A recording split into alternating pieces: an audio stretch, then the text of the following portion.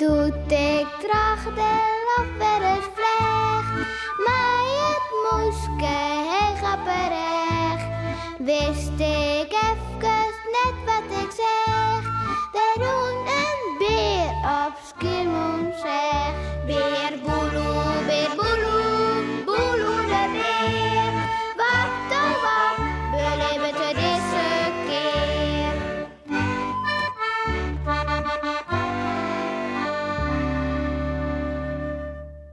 Op avontuur.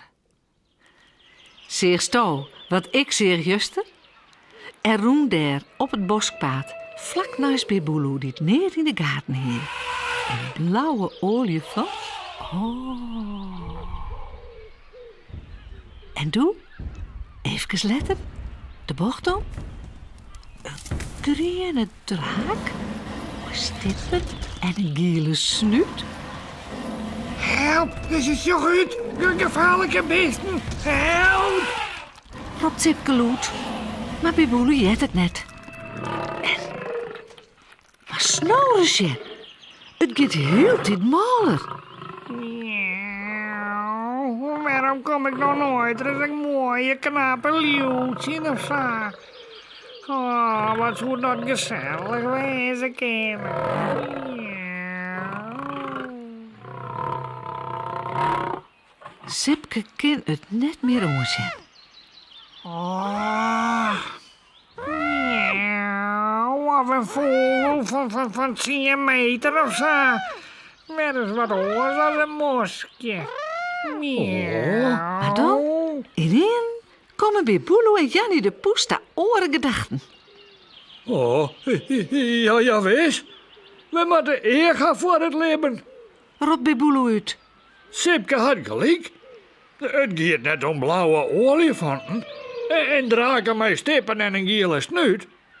Nee, neem nou een kroebelhensje of zo. Zo, daar zit krijgt in. Wat een aardig beestje. Vies ik net Jannie? Miauw, ja. Maar wat zei je nou van het lekkere moskje? Is geen plaatsje? Oh, als ik die nou eens pakte. Dat is pas een avontuur bij Boel. Miauw. Oh ja, Jannie. En daar kroept nog een slakje. Goh, dit zal ik ons Sipke vertellen. Die had eens neer erg van zulke dingen. Hij rent naar Sipke, die krekt wel wat bekaam is van een skrik. Goh, hè. Ha, Sipke.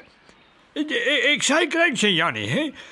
Dat is toch eens neer echt eergast van de liedse avontuurtjes in het leven. Sipke zei het niet. En dat is misschien ik maar het allerbeste.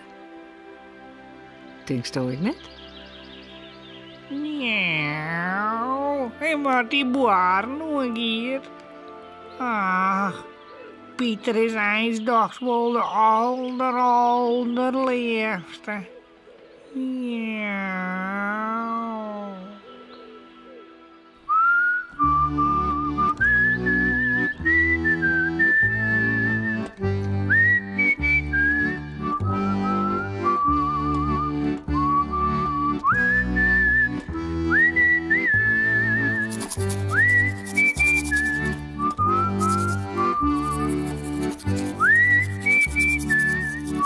En voorast lekker sliepen.